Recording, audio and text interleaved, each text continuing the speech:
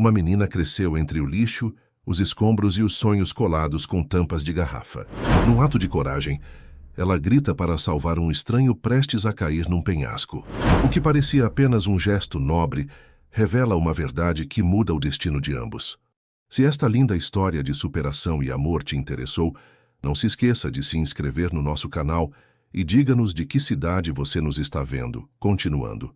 O sol já se punha sobre a comunidade do Jardim Esperança, na periferia de Salvador, quando Gabriela terminava de organizar suas tampinhas coloridas sobre o chão de terra batida.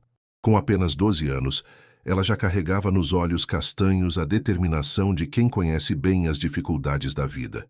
Seus dedos finos e ágeis moviam-se com precisão sobre o mapa que desenhava, cada tampinha representando um ponto específico da cidade, uma rota imaginária que um dia a levaria até seu pai. Vó Zuleide.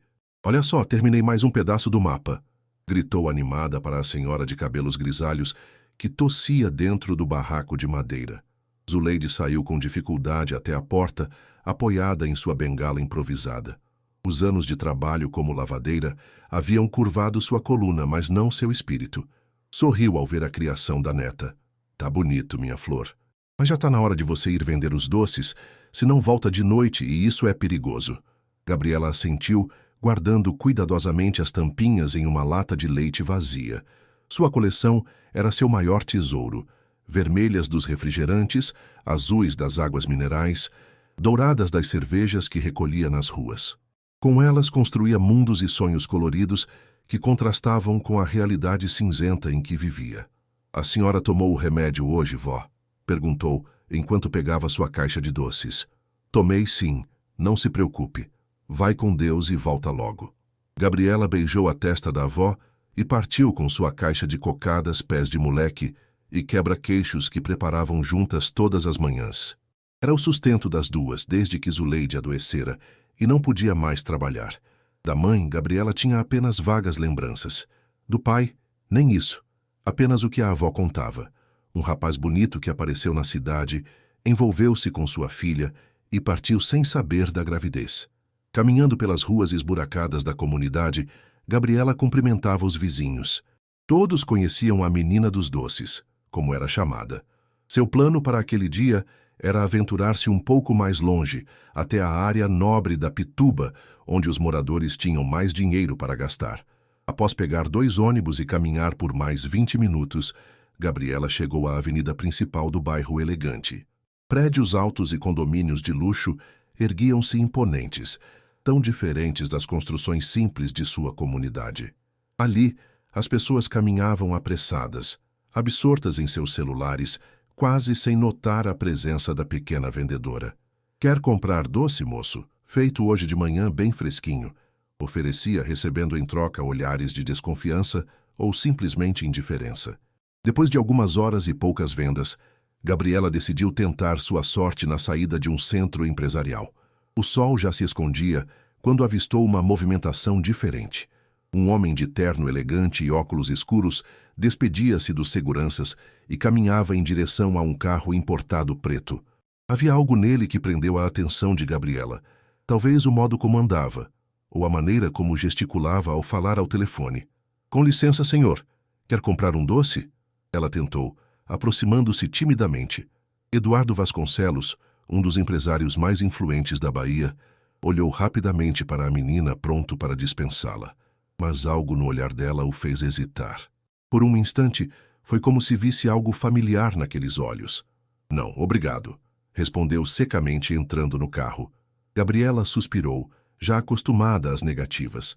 Estava prestes a se afastar quando notou algo estranho. A rua em declive tinha um buraco enorme na esquina, parcialmente encoberto por folhas e lixo, e o carro do empresário seguia exatamente naquela direção. O motorista, distraído com o celular, não percebeu o perigo. Sem pensar 2 vezes, Gabriela correu, deixando sua caixa de doces cair no chão. Para o carro! Tem um buraco gigante ali na frente! Gritou com toda a força de seus pulmões, acenando freneticamente. O motorista freou bruscamente, assustado com os gritos. O carro parou a menos de 1 metro do buraco, que tinha profundidade suficiente para danificar seriamente o veículo. ou até mesmo causar um acidente grave, já que logo após havia um barranco. Eduardo saiu do carro, irritado com a parada repentina, mas emudeceu ao ver o perigo que o aguardava. Olhou para a menina ofegante que havia deixado seus doces espalhados pelo chão para salvá-lo. Você viu isso e correu para me avisar?" perguntou ainda atordoado. Gabriela apenas assentiu, abaixando-se para recolher os doces que agora estavam espalhados e muitos já danificados. Lágrimas silenciosas escorriam por seu rosto. Aquela mercadoria perdida significava que ela e a avó ficariam sem dinheiro para os remédios. Eduardo percebeu o desespero da menina e algo nele se comoveu. Abaixou-se ao lado dela, ajudando a recolher os doces. "Como você se chama?" perguntou com uma suavidade que surpreendeu até a ele mesmo. "Gabriela, mas todo mundo me chama de Gabi", respondeu, enxugando as lágrimas com as costas das mãos sujas. "Bem, Gabi, você acabou de evitar um acidente sério. Acho que te devo um agradecimento e..." Ele parou, observando melhor o rosto da menina. Havia algo estranhamente familiar nela. "Quantos anos você tem?" 12, respondeu, ainda preocupada com os doces arruinados. "E você vende esses doces todos os dias?" "Sim, senhor. Eu e minha avó fazemos juntas. É com isso que a gente compra comida e os remédios dela." Eduardo sentiu um aperto no peito. Algo naquela menina o intrigava, o incomodava de uma maneira que não conseguia explicar. "Onde você mora, Gabi?" "No Jardim Esperança, senhor. Bem longe daqui." Eduardo franziu o senho. Conhecia a reputação daquela comunidade, uma das mais carentes de Salvador. O contraste entre a vida dela e a sua própria era gritante. "E seus pais?" O rosto de Gabriela ensombreceu. "Minha mãe foi embora quando eu era pequena. Meu pai, eu nunca conheci. Mas um dia vou encontrá-lo." Seus olhos brilharam com uma determinação surpreendente. "É por isso que faço meus mapas." "Mapas?" Eduardo perguntou, intrigado. "Sim, com tampinhas de garrafa. Cada cor é um caminho diferente. Quando eu juntar todas as rotas, vou descobrir onde ele está." Havia uma lógica infantil e ao mesmo tempo profunda naquela explicação que tocou Eduardo. Ele tirou a carteira do bolso e estendeu algumas notas para Gabriela. "Isso deve cobrir os doces que se perderam e muito mais. Considere como um agradecimento por ter evitado o acidente." Os olhos de Gabriela se arregalaram ao ver a quantidade de dinheiro. Nunca tinha visto tanto junto em toda a sua vida. É muito dinheiro, senhor. Não posso aceitar tudo isso." Eduardo sorriu, impressionado com a honestidade da menina. "Pode sim, você merece. Agora está ficando tarde. Como você vai voltar para casa?" "De ônibus, senhor. Pego 2 para chegar lá." "Não, isso não é seguro a esta hora." Eduardo fez um sinal para seu motorista. "Vamos, eu te levo." Gabriela hesitou. Desde pequena aprendera a não confiar em estranhos, especialmente homens ricos. "Não precisa se preocupar", Eduardo garantiu, percebendo sua hesitação. "Meu motorista Josué vai te levar em segurança. Eu vou ficar aqui mesmo. Tenho uma reunião no prédio ao lado." Ainda receosa, mas tranquilizada pela presença do motorista mais velho, Gabriela aceitou a carona. "Obrigada, senhor." Eduardo Vasconcelos. Enquanto a menina entrava no carro, Eduardo não conseguia tirar os olhos dela. Havia algo naquele encontro que parecia predestinado, como se uma força maior tivesse colocado Gabriela em seu caminho. E aqueles olhos, por que lhe pareciam tão familiares? "Josué, anote o endereço completo dela. E amanhã quero que alguém vá verificar como ela vive." O motorista assentiu, entendendo que seu patrão tinha ficado genuinamente interessado pela garota. Não era de seu feitio se importar com estranhos, ainda mais uma criança pobre da periferia. Algo tinha mudado nele naquele breve encontro. Enquanto o carro se afastava, Eduardo permaneceu parado, pensativo. A imagem da menina com seus doces e sua história de mapas feitos de tampinhas ficou gravada em sua mente. Uma sensação estranha o invadiu, como se tivesse encontrado algo que nem sabia que estava procurando. Capítulo 2. Laços invisíveis. Na manhã seguinte, Gabriela acordou com o primeiro raio de sol que entrava pelas frestas do barraco. Sentou-se na esteira que lhe servia de cama e olhou para o dinheiro guardado cuidadosamente dentro da lata de biscoitos. Ainda não acreditava na generosidade daquele homem estranho, o tal Eduardo Vasconcelos. Com aquela quantia, poderia comprar os remédios da avó para o mês inteiro e ainda sobraria para incrementar os ingredientes dos doces. Vó, a senhora está acordada? Chamou baixinho, aproximando-se do colchão velho onde Zuleide dormia. A idosa abriu os olhos lentamente e sorriu ao ver a neta. Bom dia, minha flor. Dormiu bem? Dormi sim, e tenho uma notícia boa. Ontem eu conheci um homem rico que me deu um dinheirão porque eu avisei que o carro dele ia cair num buraco. Zuleide franziu a testa, desconfiada. Que história é essa, menina? Homem rico dando dinheiro? Não gosto disso. Gabriela explicou detalhadamente o encontro com Eduardo, a quase tragédia evitada, e como ele havia insistido que aceitasse o dinheiro como agradecimento. Mesmo assim, a avó manteve-se apreensiva. Tenha cuidado, Gabi. Gente rica não costuma se misturar com gente como nós sem querer algo em troca. A manhã transcorreu normalmente. Gabriela ajudou a avó a preparar uma nova leva de doces, enquanto contava animadamente sobre os prédios altos e as lojas elegantes que tinha visto na Pituba. Seus olhos brilhavam ao descrever o carro luxuoso de Eduardo, tão brilhante que dava para ver o reflexo da gente, vó. Por volta do meio-dia, um alvoroço incomum agitou a comunidade. Um carro preto, imponente e obviamente caro, subia com dificuldade a rua estreita e esburacada do Jardim Esperança. Crianças corriam atrás do veículo. Adultos paravam suas atividades para observar, todos se perguntando quem seria o visitante ilustre. O carro parou em frente ao barraco de Gabriela e Zuleide. Dela saiu Josué, o motorista, acompanhado de uma mulher de meia idade, vestindo roupas formais e carregando uma pasta. Os vizinhos aglomeraram-se, curiosos.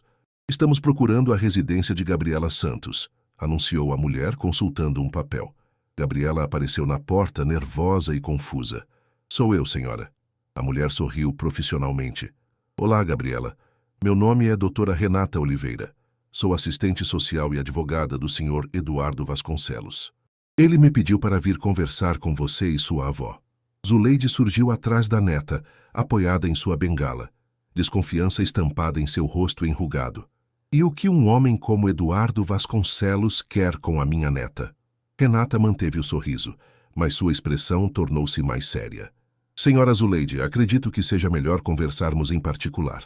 Tenho assuntos importantes para tratar com vocês. Relutante, Zuleide permitiu que entrassem. O interior humilde do barraco contrastava drasticamente com a aparência polida dos visitantes. Mesmo assim, havia uma dignidade evidente na organização meticulosa dos poucos pertences. O senhor Vasconcelos ficou bastante impressionado com sua neta ontem, começou Renata, sentando-se na única cadeira disponível, enquanto Josué permanecia em pé próximo à porta. Não apenas pelo alerta sobre o buraco, mas por algo mais pessoal. Zuleide estreitou os olhos. O que quer dizer com pessoal?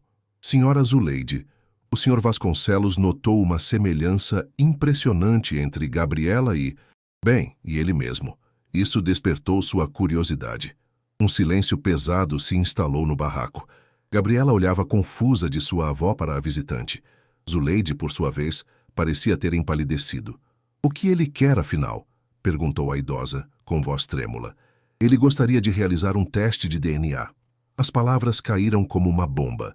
Zuleide levou a mão ao peito enquanto Gabriela, ainda sem compreender completamente, arregalou os olhos.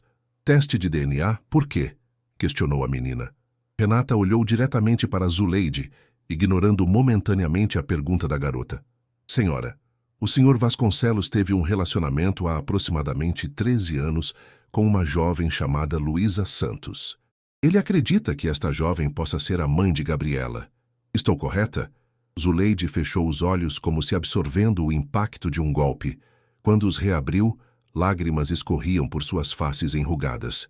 Luísa, minha filha, murmurou. Gabriela aproximou-se da avó segurando sua mão. Vó, o que está acontecendo? A senhora está passando mal? Não, minha flor. É que esse homem, Eduardo Vasconcelos, ele conheceu sua mãe há muitos anos. Renata interveio suavemente. Na verdade, Gabriela, existe a possibilidade de que o senhor Vasconcelos seja seu pai biológico. O mundo pareceu parar para Gabriela.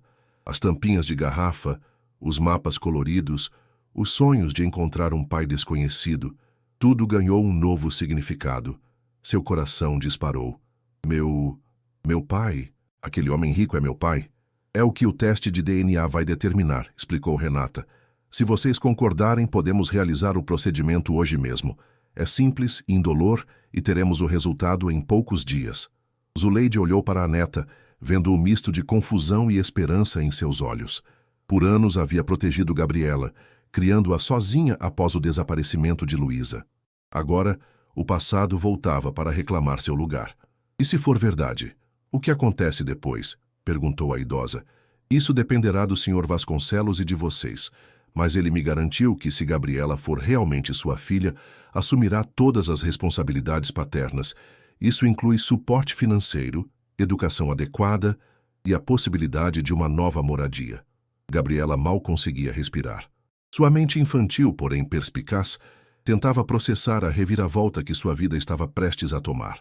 O homem do carro caro, o empresário elegante que ela salvara de um acidente, poderia realmente ser o pai que ela desenhava em seus sonhos?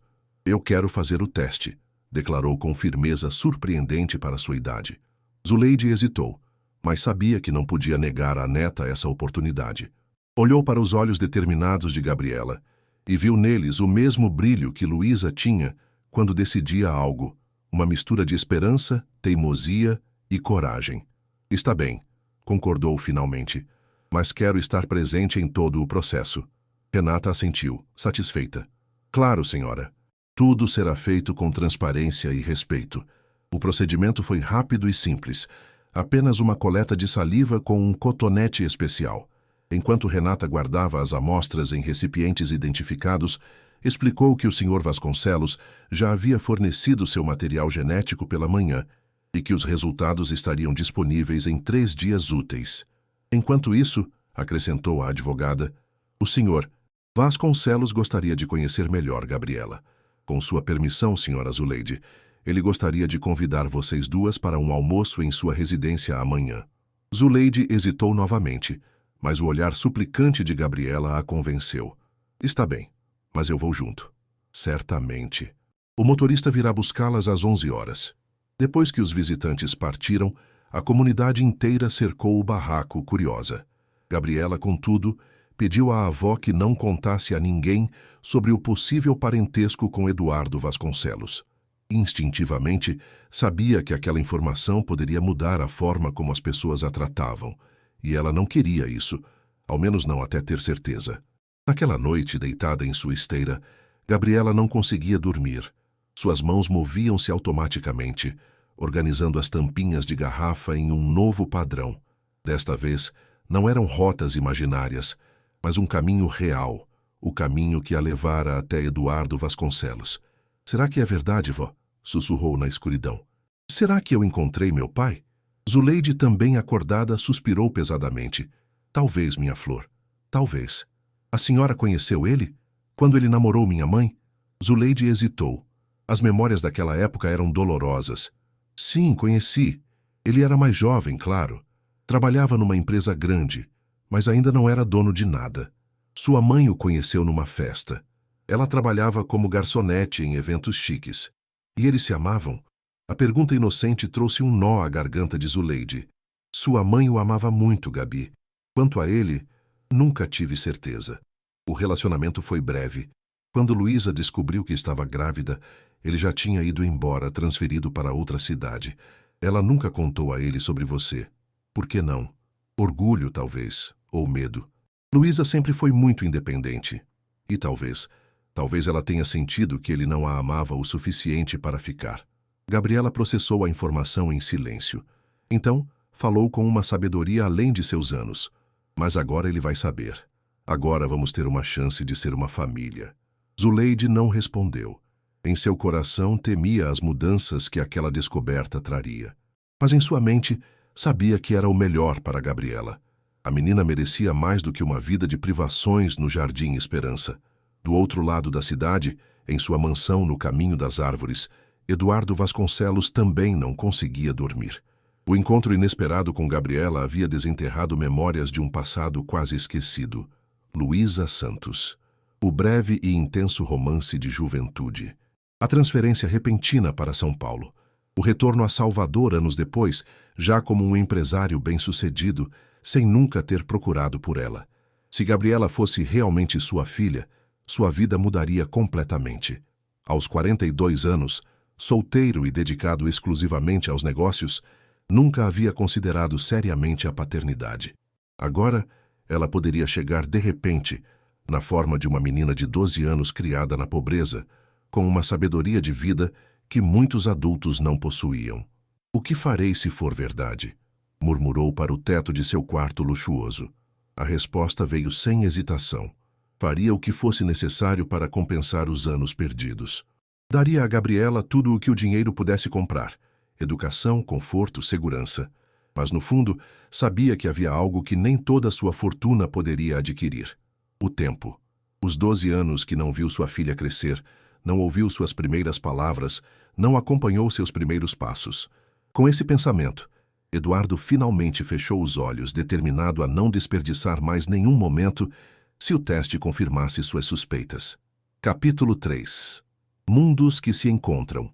Às 11 horas em ponto da manhã seguinte, o carro preto de Eduardo estacionou na entrada do Jardim Esperança. Gabriela já estava pronta há horas, vestindo seu melhor vestido. Um presente de Natal de 2 anos atrás que havia ficado curto, mas era o mais bonito que possuía. Zuleide também se arrumara com esmero, usando seu único vestido bom, guardado para ocasiões especiais, e um lenço colorido na cabeça para esconder os cabelos grisalhos mal cortados. "Lembra do que combinamos, Gabi", disse a avó enquanto esperavam. "Não se deslumbre com as coisas caras. Seja educada, mas não prometa nada. Não aceite nada sem me consultar primeiro." Gabriela assentiu, séria, mas por dentro seu coração estava a mil.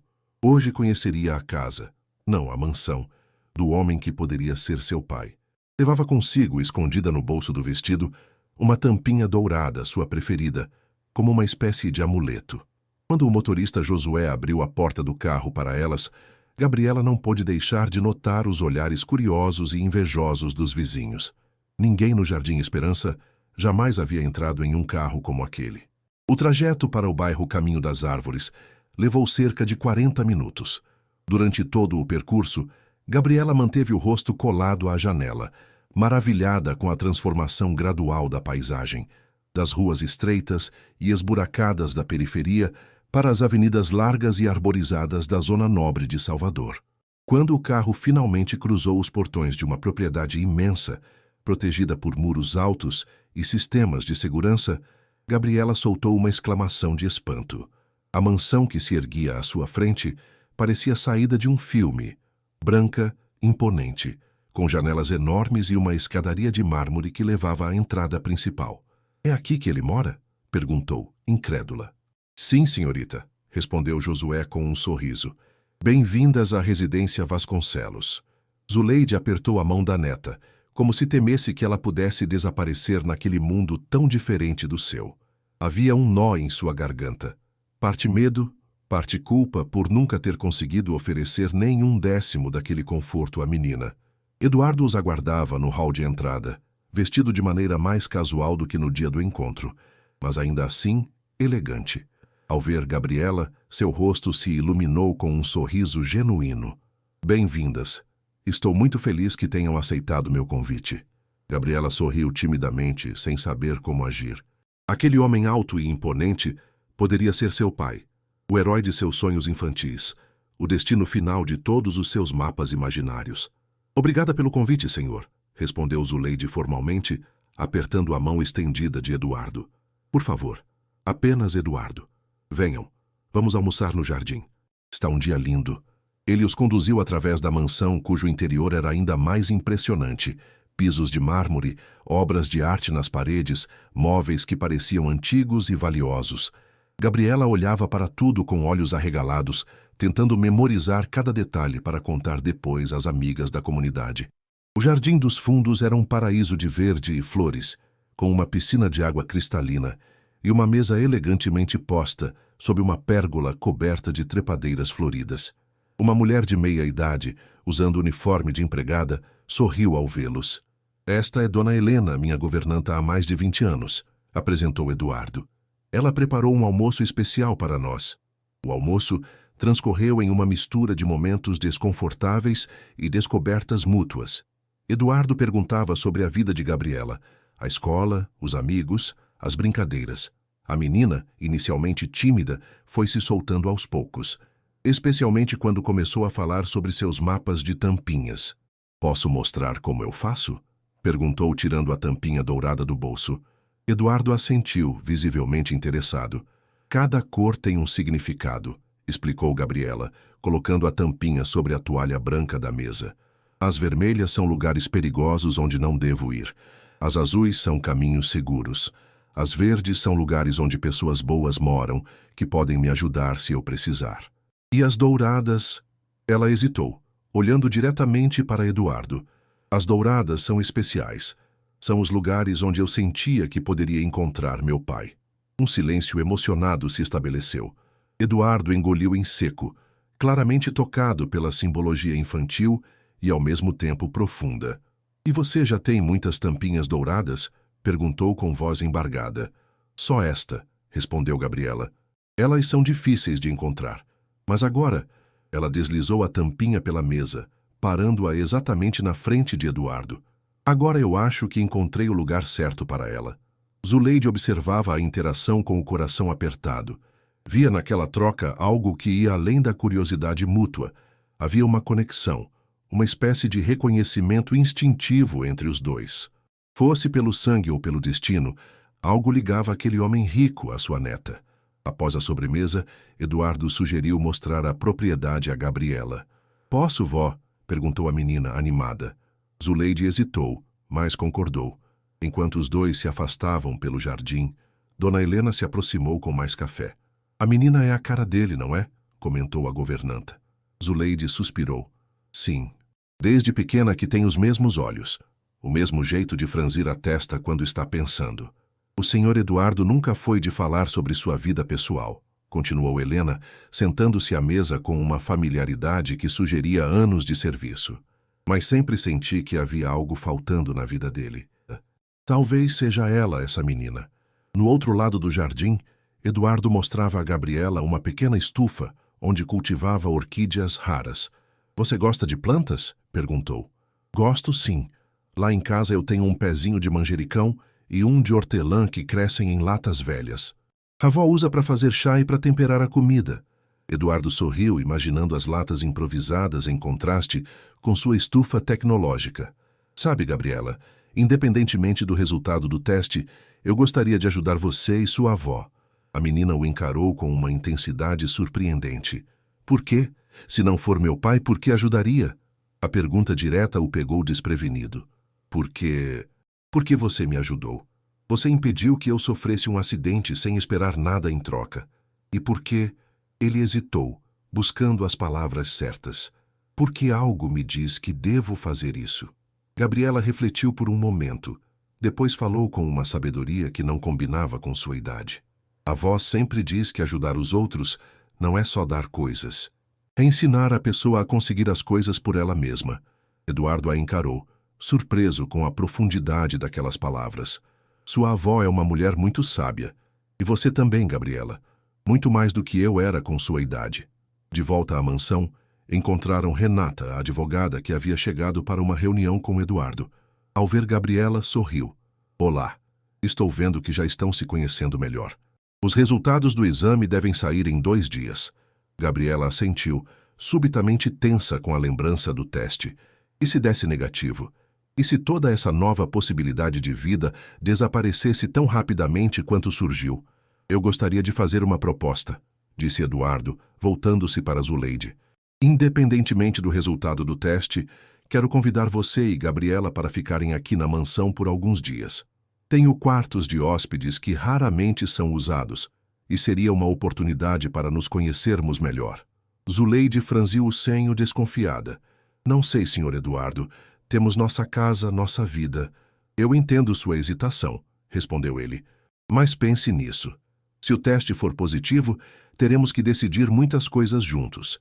E se for negativo, bem, ainda assim gostaria de ajudar. Gabriela salvou minha vida, afinal." A menina olhou para a avó com olhos suplicantes. Por favor, vó. Só alguns dias. Zuleide sabia que não podia negar aquela experiência à neta. Além disso, sua saúde estava piorando, e a ideia de Gabriela ter alguém como Eduardo para apoiá-la era reconfortante. Está bem, alguns dias apenas, mas precisamos voltar para buscar nossas coisas. Josué pode levá-las agora mesmo e esperar enquanto arrumam o necessário, ofereceu Eduardo. 1 hora depois, Gabriela e Zuleide retornavam à mansão com 2 sacolas pequenas, contendo todos os seus pertences. A lata com as tampinhas coloridas estava cuidadosamente embrulhada em um pano velho, protegida como o tesouro que era. Dona Helena os conduziu aos quartos de hóspedes, espaçosos, luxuosos, com camas macias e banheiros privativos que deixaram Gabriela boquiaberta. Para alguém acostumada a tomar banho com água de balde e a dormir em uma esteira no chão, aquilo parecia um sonho. Vó, olha só essa cama! Cabem 5 de mim nela! Exclamou, pulando sobre o colchão macio. Zuleide sorriu tristemente. Ver a neta tão feliz era uma alegria, mas havia um aperto em seu coração, o medo de que ela se acostumasse com aquele luxo e depois tivesse que voltar para a dura realidade do Jardim Esperança. À noite, após um jantar onde Gabriela experimentou pratos que nunca havia visto antes, Eduardo convidou-os para assistir a um filme na sala de cinema particular da mansão. A menina mal conseguia conter a excitação ao afundar-se nas poltronas confortáveis diante da tela gigante. Quando o filme terminou, já passava do horário em que Gabriela normalmente estaria dormindo. Seus olhos pesados denunciavam o cansaço após um dia repleto de emoções. Eduardo a acompanhou até o quarto junto com Zuleide. Durma bem, Gabriela, disse ele parado à porta. Havia uma hesitação em seus gestos, como se quisesse abraçá-la, mas não soubesse se devia. Gabriela resolveu o dilema por ele. Impulsivamente, deu 2 passos à frente e o abraçou pela cintura. Era a primeira vez que tocava nele, e havia algo estranhamente familiar e confortável naquele contato. Boa noite, Eduardo, respondeu quase dizendo pai, mas contendo-se no último instante. Depois que ele saiu, Zuleide ajudou a neta a se preparar para dormir. Está gostando daqui? Perguntou enquanto ajeitava os travesseiros. Muito. Tudo é tão bonito, tão limpo. E tem água quente no chuveiro, vó. Sai direto sem precisar esquentar. Zuleide sorriu, acariciando os cabelos da neta. Só não se acostume demais, minha flor. Lembre-se que nossa vida é outra. Mas e se ele for mesmo meu pai? E se a gente puder morar aqui? A pergunta pairou no ar como uma bolha de sabão, brilhante, frágil, cheia de possibilidades. Zuleide não tinha resposta. Preferiu mudar de assunto. Você trouxe suas tampinhas? Trouxe sim, estão guardadas na sacola. E vai continuar fazendo seus mapas aqui? Gabriela pensou por um momento. Acho que sim, mas agora vão ser mapas diferentes, mapas do futuro, não do passado. Zuleide beijou a testa da neta, comovida com sua capacidade de adaptação e esperança. Durma bem, minha flor. Amanhã será outro dia. Quando Gabriela finalmente adormeceu, Zuleide saiu silenciosamente do quarto. No corredor encontrou Eduardo, que parecia aguardá-la. Podemos conversar um pouco? Perguntou ele. Ela assentiu, seguindo-o até uma varanda que oferecia uma vista panorâmica da cidade iluminada. Salvador estendia-se abaixo deles, um mar de luzes onde, em algum lugar, ficava o pequeno barraco que até ontem era todo o mundo de Gabriela. Ela é uma criança extraordinária, comentou Eduardo apoiando-se no parapeito. Sim, concordou Zuleide. Sempre foi. Mesmo nas piores dificuldades, nunca perdeu a esperança. Nunca deixou de sonhar. Como Luísa, murmurou Eduardo quase para si mesmo. O nome da filha fez Zuleide endurecer. Sim, como minha filha, a mesma que você abandonou. Eduardo virou-se para ela, surpreso com a dureza repentina. Eu não a abandonei, dona Zuleide. Fui transferido para São Paulo. Tentei manter contato, mas Luísa não respondia minhas ligações. Depois de um tempo, achei que ela havia seguido em frente. Ela estava grávida, assustada, sozinha. Eu não sabia, respondeu ele, com evidente angústia. Juro pela minha vida que não sabia. Se soubesse... Se soubesse o quê? Teria casado com ela? Uma garçonete sem estudo, filha de lavadeira? Eduardo respirou fundo, controlando-se. Não sei o que teria feito. Era jovem, imaturo, mas sei o que farei agora se Gabriela for minha filha. Assumirei minhas responsabilidades. Darei a ela tudo o que não pude dar nos últimos 12 anos. Zuleide o estudou longamente, como se tentasse enxergar sua alma através dos olhos. Dinheiro não é tudo, Sr. Eduardo. Gabriela precisa de amor, de estabilidade. Não de um pai que apareça de repente e depois desapareça quando se cansar da novidade. Não vou desaparecer, garantiu ele com firmeza. Estou preparado para mudar minha vida completamente por ela. E por você também, Dona Zuleide. Afinal, você criou minha filha quando eu não pude. Serei eternamente grato por isso. A sinceridade em suas palavras abalou a resistência da idosa. Talvez, apenas talvez, Eduardo Vasconcelos realmente quisesse fazer a coisa certa. Veremos, respondeu finalmente. O teste dirá se ela é sua filha. Depois disso, decidiremos o próximo passo. Enquanto os adultos conversavam sobre o futuro, Gabriela dormia profundamente, sonhando com mapas feitos de tampinhas douradas que finalmente a haviam guiado para casa. Capítulo 4. O retorno. Os 2 dias seguintes foram como um sonho para Gabriela. Eduardo reorganizou completamente sua agenda para passar tempo com ela, mostrando-lhe cada canto da mansão, desde a biblioteca com estantes que iam do chão ao teto até a sala de música com um piano de cauda que ela pôde tocar, encantada com os sons que produzia ao pressionar as teclas. Na tarde do segundo dia, enquanto nadavam na piscina, Gabriela aprendendo rapidamente os movimentos básicos que Eduardo lhe ensinava, Josué apareceu à beira da água. Senhor, a doutora Renata chegou. Diz que tem notícias importantes. Eduardo trocou um olhar significativo com Zuleide, que observava tudo sentada sob um guarda-sol. O resultado do teste, murmurou ele. Gabriela saiu da piscina rapidamente, o coração batendo acelerado. Aquele momento definiria seu futuro. Enrolou-se na toalha que Dona Helena lhe oferecia e seguiu Eduardo e a avó até o escritório, onde Renata os aguardava com um envelope lacrado nas mãos. Boa tarde a todos, cumprimentou a advogada formalmente. Tenho aqui o resultado do exame de DNA. Eduardo fez um gesto para que todos se sentassem. Gabriela ficou entre a avó e ele, como se estivesse simbolicamente entre seu passado e seu possível futuro. Antes de abrir, disse Renata, quero que saibam que, independentemente do resultado, todas as medidas legais já foram preparadas para qualquer cenário. Abra logo, por favor, pediu Eduardo, incapaz de esconder sua ansiedade. Renata rompeu o lacre do envelope e retirou uma folha de papel. Seus olhos percorreram rapidamente o documento até encontrar a informação crucial. O teste confirma, anunciou com um pequeno sorriso. A probabilidade de paternidade é superior a 99,9%. Eduardo Vasconcelos é, sem dúvida, o pai biológico de Gabriela Santos. Um silêncio carregado de emoção tomou conta do escritório. Gabriela sentiu o mundo girar à sua volta. Os mapas, os sonhos, as tampinhas coloridas, tudo havia finalmente a conduzido até seu destino. Pai, sussurrou experimentando a palavra que nunca antes havia pronunciado com sentido real. Eduardo, com lágrimas nos olhos, estendeu os braços. Gabriela não hesitou, jogando-se neles com o abandono completo que só uma criança que finalmente encontra seu lugar pode demonstrar. Zuleide observava a cena com um misto de emoções, alegria pela neta, preocupação pelo futuro e uma pontada de medo de perder a menina que havia criado como filha. O que acontece agora? Perguntou a idosa, quando os primeiros momentos de emoção passaram. Renata assumiu novamente sua postura profissional. Juridicamente, Eduardo precisa reconhecer oficialmente Gabriela como sua filha. Isso envolve alterar a certidão de nascimento dela para incluir seu nome. Também recomendo estabelecer imediatamente a pensão alimentícia e definir a guarda. Guarda? Repetiu Zuleide, tensionando-se. Eduardo interveio rapidamente.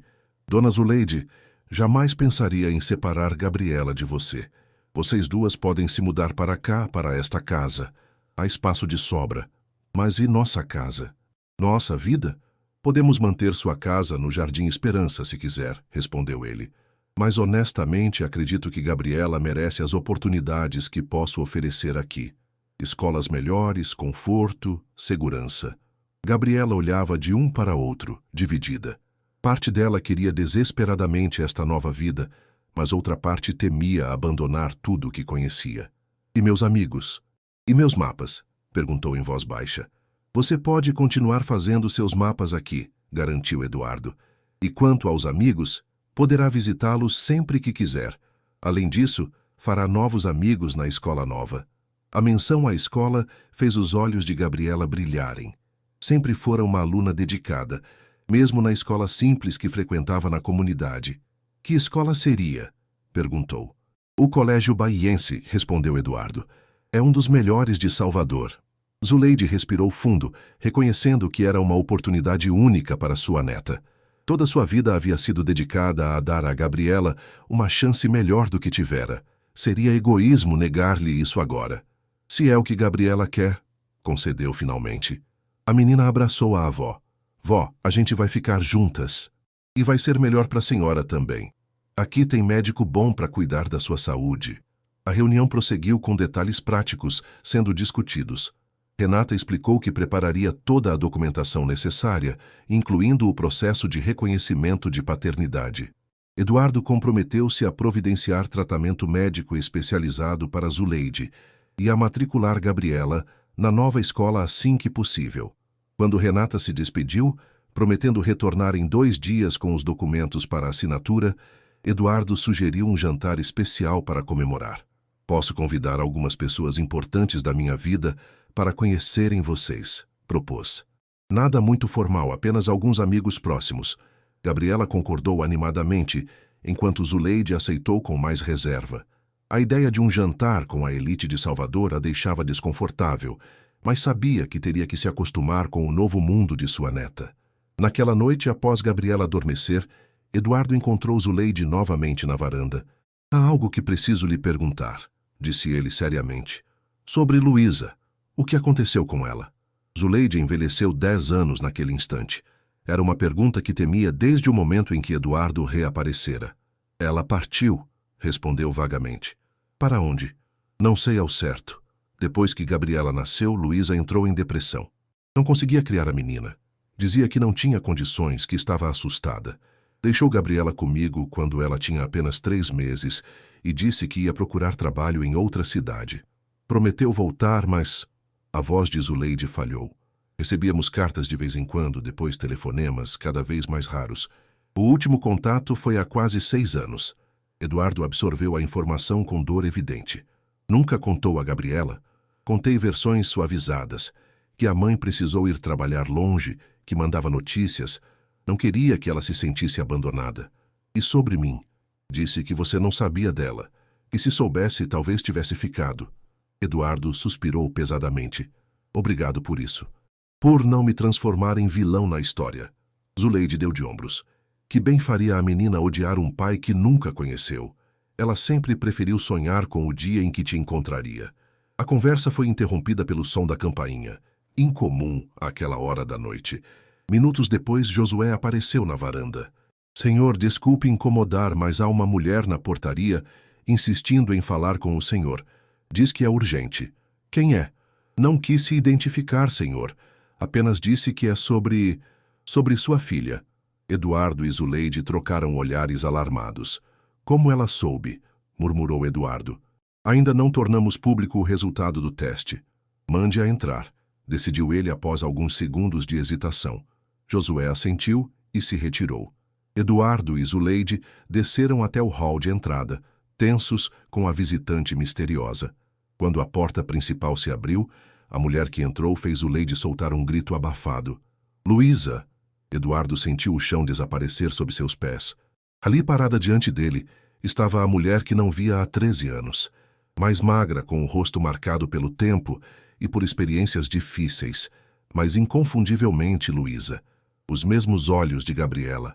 Oi, mãe, disse Luísa suavemente, lágrimas escorrendo pelo rosto. Depois virou-se para Eduardo. Há quanto tempo, Eduardo? Como você soube? Perguntou ele, ainda atordoado. Ouvi um comentário sobre o empresário Eduardo Vasconcelos, que descobriu ter uma filha de 12 anos. Não mencionaram nomes, mas eu sabia que só poderia ser Gabriela. Zuleide aproximou-se da filha, dividida entre a alegria de vê-la e a raiva pelo abandono. 6 anos, Luísa. 6 anos sem notícias. Pensei que você tivesse... Ela não completou a frase. Eu sei, mãe, e não tenho desculpas. Mas estou aqui agora. Quero ver minha filha. Eduardo recuperou-se do choque inicial. Gabriela está dormindo, e acho que precisamos conversar antes de apresentá-la a você. Ela passou por muitas emoções nos últimos dias. Luísa assentiu, compreendendo. Claro, eu esperaria a vida inteira se precisasse. Eles se dirigiram à sala de estar, onde Dona Helena, alertada por Josué sobre a visitante inesperada, já havia preparado café. Sentados em um silêncio carregado de tensão, os três formavam um triângulo estranho, unidos pelo destino e por uma menina que dormia alheia à nova reviravolta em sua vida. Por que você nunca me contou sobre a gravidez? Perguntou Eduardo finalmente. Luísa baixou os olhos. Orgulho, medo. Quando descobri que estava grávida, você já tinha partido para São Paulo. Falaram que era uma grande oportunidade, que você estaria construindo seu futuro. Não quis ser um peso, um obstáculo. Você jamais seria um peso, respondeu ele com fervor. Teríamos encontrado uma solução juntos. Éramos tão jovens, Eduardo. Você, um executivo em ascensão. Eu, uma garçonete sem estudo. O que seus pais diriam? Sua empresa? Nada disso importava. Importava sim. Para você, talvez não parecesse, mas eu via como seu mundo funcionava. As regras não escritas, as expectativas. Zuleide observava o intercâmbio com olhos atentos. Havia uma história não contada ali. Feridas abertas que nunca cicatrizaram. E depois que Gabriela nasceu? Perguntou Eduardo. Por que você partiu? Luísa respirou fundo, como se reunisse forças. Depressão pós-parto. Grave. Eu não conseguia cuidar dela. Chorava o tempo todo, tinha pensamentos terríveis. Mamãe assumiu tudo enquanto eu apenas existia. Um dia decidi que Gabriela estaria melhor sem mim, que eu precisava me curar antes de ser mãe. Então você foi buscar tratamento? Perguntou Eduardo. Tentei.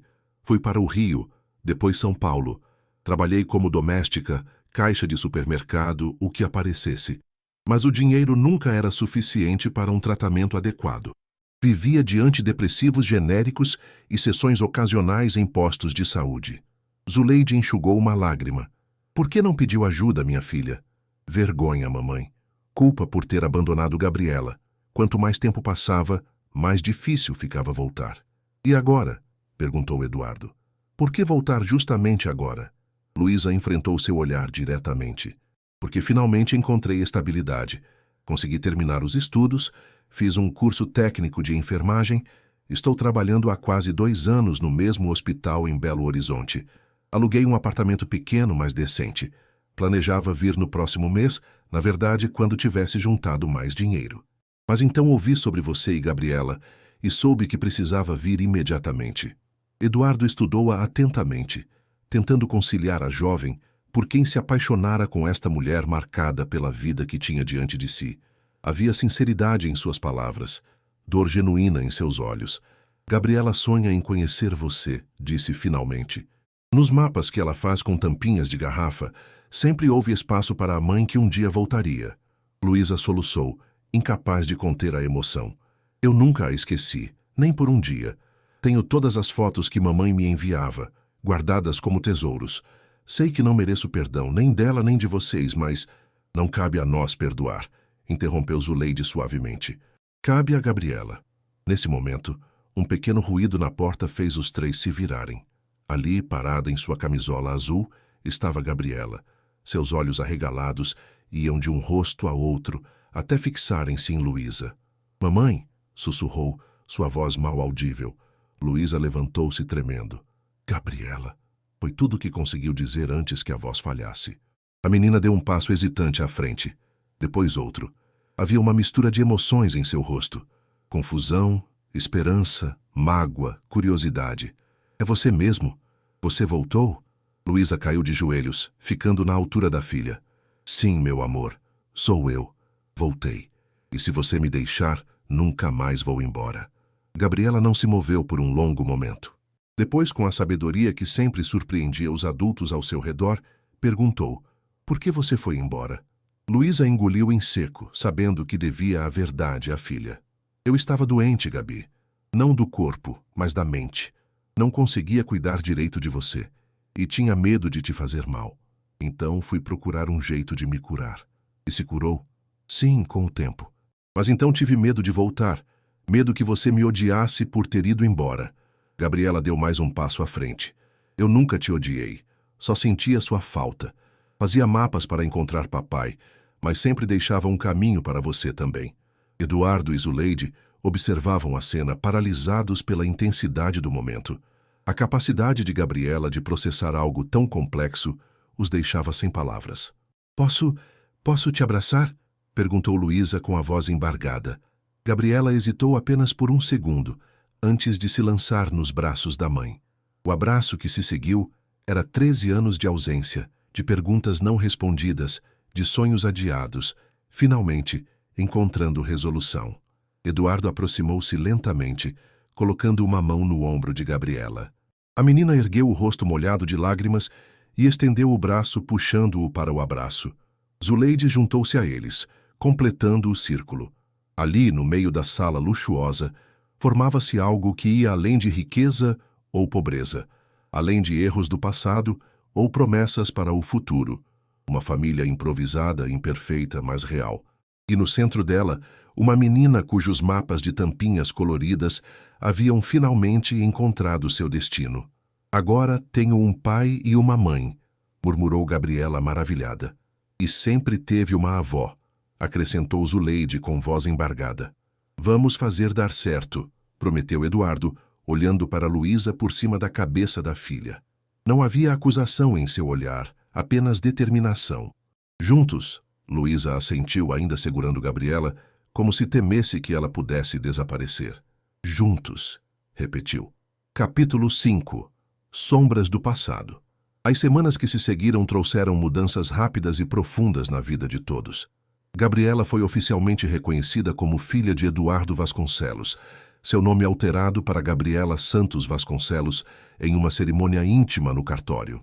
Eduardo comprou um apartamento confortável próximo à mansão para Luísa, enquanto Zuleide, após muita insistência, aceitou mudar-se para a casa principal junto com a neta. A adaptação não era fácil.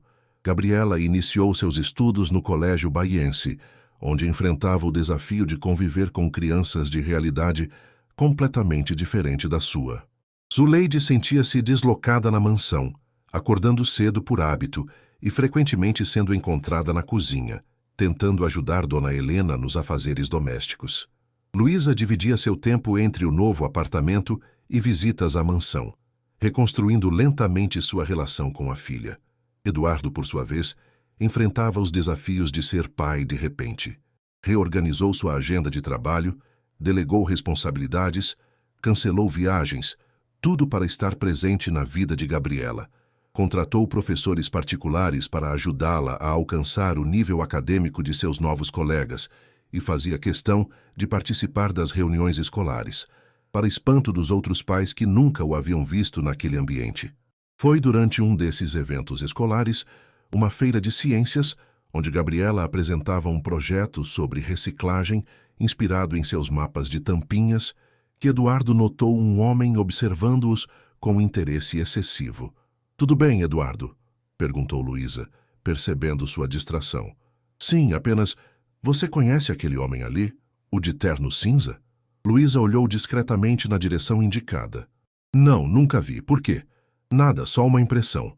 Mas a impressão persistiu, especialmente quando, ao final do evento, Eduardo flagrou o mesmo homem fotografando Gabriela com um telefone celular. Aproximou-se rapidamente, mas o estranho misturou-se à multidão e desapareceu. 2 dias depois, o mistério foi esclarecido da pior maneira possível. Eduardo estava em seu escritório na empresa quando sua secretária entrou pálida, segurando o jornal do dia. "Senhor, acho que deveria ver isso." A manchete do caderno de economia saltou aos olhos de Eduardo. Herdeira suspeita. A estratégia de Vasconcelos para desviar a atenção de negócios fracassados. A matéria, assinada por um jornalista conhecido por reportagens sensacionalistas, sugeria que o reconhecimento repentino de uma filha desconhecida seria uma tática para Eduardo ganhar simpatia pública enquanto suas empresas enfrentavam problemas financeiros. Citava fontes próximas, que questionavam a legitimidade do teste de DNA e insinuavam que a menina e sua família estariam sendo usadas em uma jogada de marketing pessoal. Eduardo sentiu o sangue ferver. Reconheceu imediatamente a mão por trás daquilo. Arnaldo Mendes, seu ex-sócio e agora rival, dono do conglomerado de mídia que publicava o jornal. Os dois haviam rompido relações anos antes, quando Eduardo descobriu irregularidades nas práticas empresariais de Arnaldo e o denunciou, resultando em um processo judicial que quase levou o rival à prisão. "Cancele meus compromissos do dia", ordenou a secretária, "e agende uma reunião urgente com nossa equipe jurídica."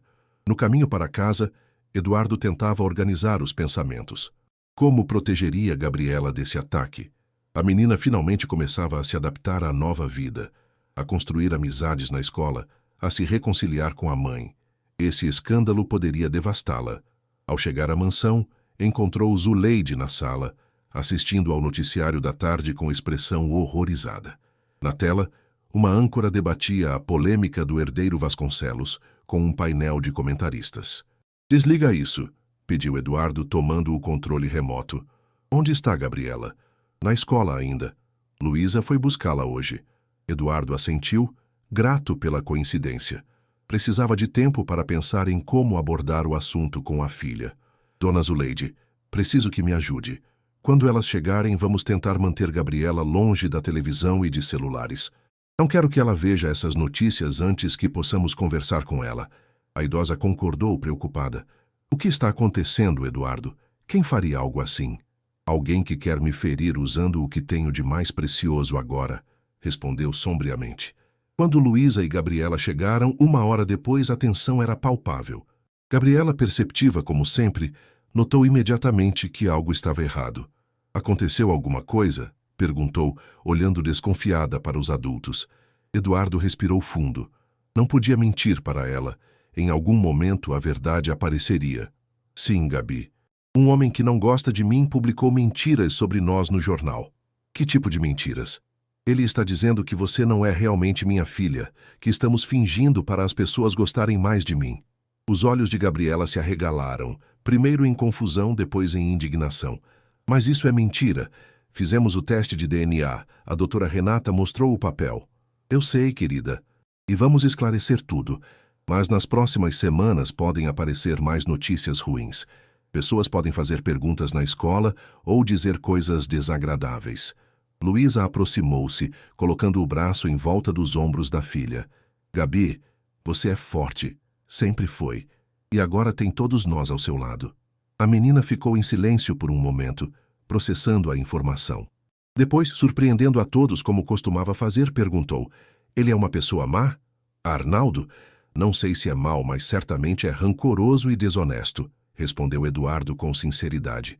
"E por que ele não gosta de você?" Eduardo hesitou, buscando uma explicação adequada para uma criança. "Há muitos anos descobri que ele estava fazendo coisas erradas na empresa que tínhamos juntos. Coisas que prejudicavam outras pessoas. Eu o denunciei, e isso causou problemas para ele. Desde então, ele tenta se vingar." Gabriela assentiu, absorvendo a explicação com uma maturidade surpreendente. "Então ele está usando a gente para te machucar?" "Sim, infelizmente. Não tenho medo dele", declarou Gabriela, erguendo o queixo. "Já enfrentei coisas piores no Jardim Esperança." Os adultos trocaram olhares emocionados. A resiliência da menina era admirável, mas sabiam que a situação poderia se agravar. E, de fato, agravou-se. Nos dias seguintes, mais matérias surgiram, cada vez mais agressivas. Um programa de fofocas na TV chegou a sugerir que Luísa seria uma golpista profissional, que teria armado o encontro entre Gabriela e Eduardo. Outro veículo publicou fotos antigas do barraco no Jardim Esperança, com legendas depreciativas sobre as condições em que a herdeira vivia. A equipe jurídica de Eduardo trabalhava arduamente, enviando notificações extrajudiciais e preparando processos por difamação, mas o estrago já estava feito. Na escola, Gabriela começou a enfrentar comentários maldosos de alguns colegas. Uma menina particularmente cruel perguntou em voz alta durante o intervalo se ela já tinha aprendido a usar garfo e faca ou ainda comia com as mãos como na favela. Foi o suficiente para que Gabriela, sempre controlada, perdesse a compostura. A discussão que se seguiu terminou com as duas na sala da diretora. Eduardo foi chamado à escola no meio de uma reunião importante. Lamento o ocorrido, senhor. Vasconcelos, disse a diretora, uma mulher de meia idade com expressão severa. Entendo que Gabriela esteja passando por um momento difícil, mas não podemos tolerar agressões verbais. Minha filha foi provocada, respondeu Eduardo firmemente, com base em mentiras publicadas pela imprensa. Espero que a escola tome providências em relação ao bullying que ela está sofrendo. A diretora teve a decência de parecer constrangida. Estamos cientes da situação e tomaremos medidas. Planejamos uma série de atividades sobre respeito às diferenças sociais nas próximas semanas.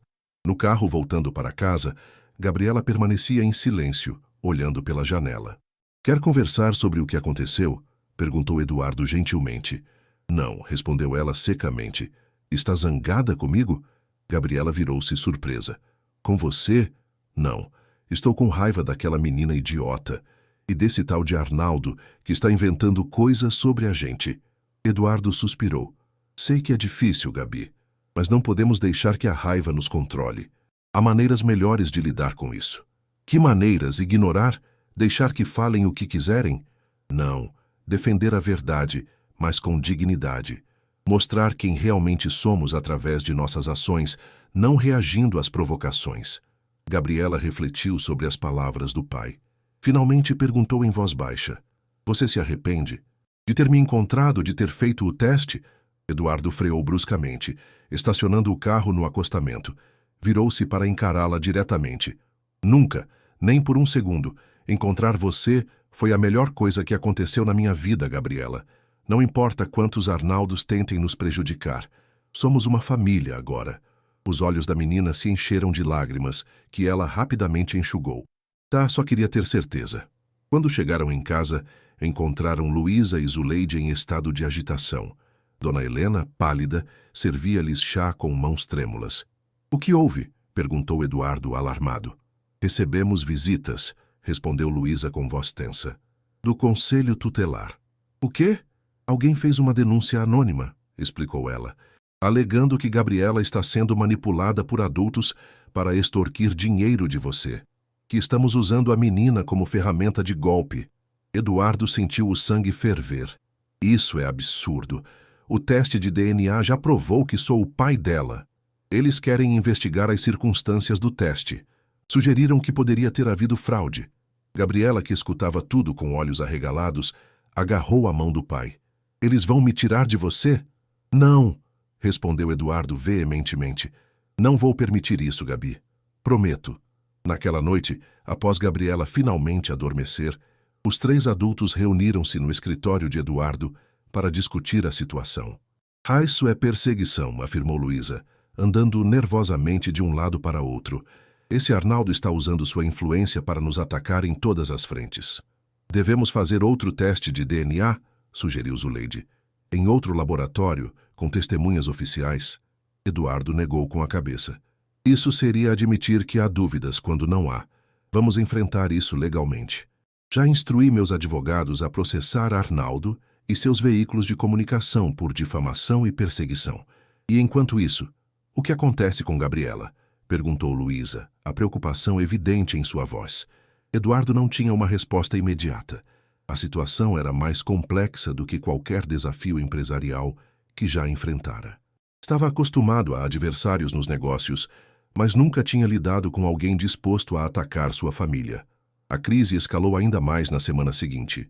O estado de saúde de Dona Zuleide, já fragilizado pelos anos de trabalho árduo e pelas condições precárias em que vivera, deteriorou-se rapidamente com o estresse das acusações. Uma manhã, Gabriela a encontrou inconsciente no quarto e chamou por socorro desesperadamente. No hospital, o diagnóstico foi grave.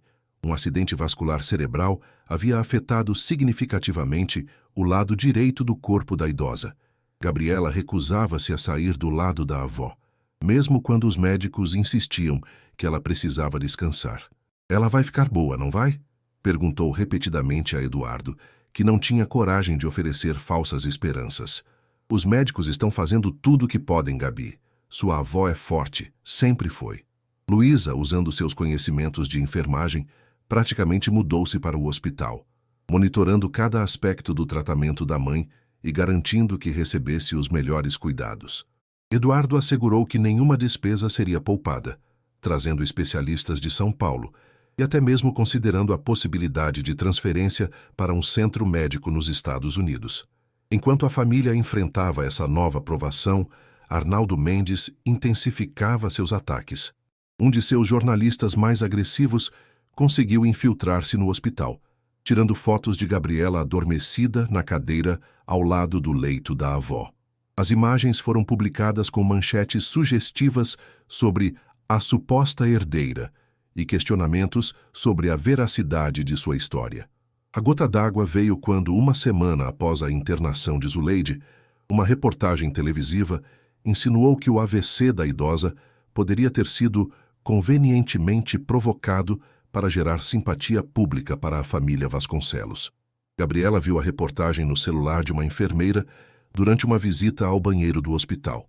Quando Eduardo a encontrou minutos depois, ela estava encolhida em um canto da sala de espera, soluçando convulsivamente. "Gabi, o que houve?" Entre soluços, ela mostrou o vídeo que circulava nas redes sociais. Eduardo assistiu horrorizado à insinuação cruel de que a família teria deliberadamente causado o adoecimento de Zuleide. Eles disseram que a gente machucou a avó de propósito, chorou Gabriela. Como alguém pode pensar uma coisa dessas? A avó é tudo para mim. Eduardo abraçou a filha com força, seu próprio coração partido pela dor que ela estava sentindo.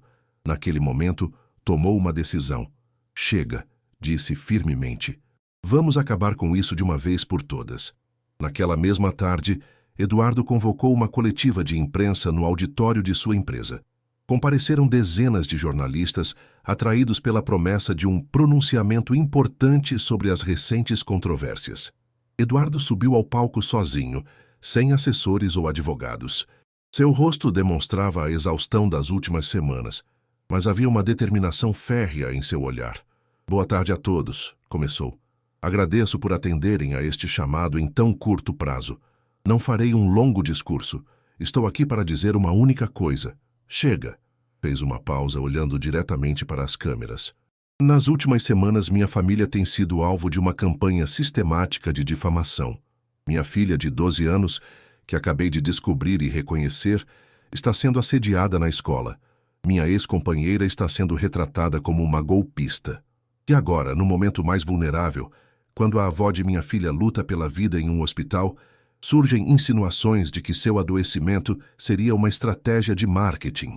Sua voz tremeu ligeiramente, a emoção brevemente superando o controle. "Sei exatamente quem está por trás desses ataques e por quê, mas não vou alimentar mais essa guerra. Em vez disso, faço um apelo à imprensa responsável e ética. Verifiquem os fatos. O teste de DNA que confirma minha paternidade está disponível para análise independente. Os médicos que tratam Dona Zuleide podem atestar a genuinidade de sua condição." Respirou fundo antes de continuar. "E para você, Arnaldo Mendes, que orquestra essa campanha covarde contra uma criança inocente, digo apenas isto. Não é a mim que você está ferindo. É uma menina que passou a vida sonhando em encontrar seus pais. Uma menina que, apesar de todas as dificuldades, manteve a esperança viva através de mapas feitos com tampinhas de garrafa. Uma menina que agora, quando finalmente encontrou sua família, vê seu mundo novamente ameaçado pela mesquinhez de adultos." Houve um murmúrio na plateia ao mencionar diretamente o nome de seu rival. Eduardo continuou implacável. "Processos judiciais já foram movidos e seguirão seu curso. Mas além da justiça legal, existe a justiça moral. Cada pessoa que participou dessa campanha terá que viver com a consciência do sofrimento que causou a uma criança inocente." Concluiu com uma frase que seria amplamente repetida nos dias seguintes. "Vocês podem questionar meus negócios, minhas decisões empresariais, meu caráter, mas não têm o direito de roubar a dignidade e a paz da minha filha. Este é meu único aviso. Parem agora, ou enfrentarão todas as consequências legais e sociais de seus atos." Com isso, deixou o palco sem responder perguntas, deixando para trás uma sala repleta de jornalistas atônitos. Capítulo 6. Reconstrução. O discurso de Eduardo na coletiva de imprensa mudou o rumo dos acontecimentos. Sua sinceridade e a menção direta a Arnaldo Mendes causaram um grande impacto na opinião pública. Veículos de comunicação não ligados ao conglomerado de Arnaldo começaram a investigar as acusações e, em poucos dias, surgiram reportagens detalhando a antiga rivalidade entre os dois empresários e questionando a ética da campanha difamatória contra uma criança. Mas o efeito mais devastador foi sobre Zuleide. 3 dias após a coletiva, ela sofreu uma complicação respiratória severa. Os médicos conseguiram estabilizá-la, mas o quadro permanecia crítico. Gabriela estava inconsolável. "Por que a avó não acorda?" perguntava repetidamente, sentada ao lado do leito hospitalar segurando a mão inerte da avó. Eduardo e Luísa revezavam-se no hospital garantindo que Gabriela não ficasse sozinha com seu medo e tristeza. Foi durante uma dessas vigílias que Eduardo percebeu o quanto a filha havia emagrecido nas últimas semanas. Seu rosto, antes redondo e cheio de vida, mostrava olheiras profundas e uma palidez preocupante. "Gabi, você precisa descansar", insistiu ele. "Vamos para casa. Voltamos amanhã cedo." "Não quero sair daqui", respondeu teimosamente. "E se a avó acordar e eu não estiver aqui?" "Mamãe ficará com ela", respondeu Eduardo, apontando para Luísa, que acabava de chegar com café para os dois. "E os médicos têm nossos números. Qualquer mudança eles nos avisam imediatamente." Após muita insistência, Gabriela concordou em ir para casa apenas para tomar um banho e trocar de roupa. No caminho, permaneceu em silêncio, olhando pela janela as ruas de Salvador. "Sabe o que mais me deixa triste?" disse de repente, sua voz pequena quebrando o silêncio do carro. "A avó nunca gostou muito daquela casa grande.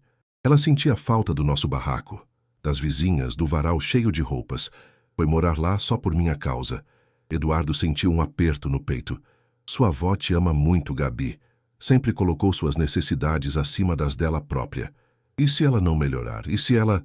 A menina não conseguiu completar a frase, um soluço estrangulando sua voz. Eduardo estacionou o carro e virou-se para abraçá-la. "Vamos ter fé, minha filha. Sua avó é forte. Já enfrentou muitas dificuldades na vida."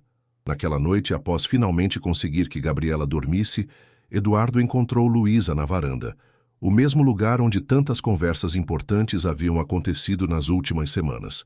"Como ela está?" perguntou Luísa. "Exausta." Chorou até adormecer. Um silêncio pesado se estabeleceu entre eles. A situação de Zuleide pairava como uma nuvem escura sobre todos. "Os médicos não estão otimistas", disse Luísa finalmente, a voz embargada. "Mamãe já estava com a saúde muito frágil antes de tudo isso. Anos de trabalho duro, alimentação inadequada, falta de tratamentos básicos." Eduardo passou a mão pelos cabelos num gesto de frustração. "Se eu tivesse sabido antes, se tivesse encontrado vocês há anos..." "Não se torture, Eduardo.